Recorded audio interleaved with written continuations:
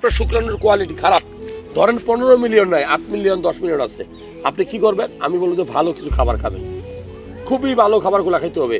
এই যে এরকম সবুজ শাকসবজি, কচু শাক আছে না, এই যে মিষ্টি কুমড়া শাক আছে, হ্যাঁ এরকম ওই যে কলা গাছের কলা, কাঁচা কলা, পেঁপে, অর্থাৎ যত সবুজ শাকসবজি আছে এগুলো খাবেন। মাছের তেল খাবেন, সামুদ্রিক মাছ, ওমেগা 3 ফ্যাটি অ্যাসিড সমৃদ্ধ মাছ, টুনা মাছ, স্যালমন ফিশ। এখন আমরা রেডি করলে তো গালিগালা শুকিয়ে দেন, এত কিছু পাবো, টিয়া পাবো কই? ওরে ভাই, আপনার একটা শুক্রাণের দাম কয়েকশো কোটি টাকা যদি না থাকে।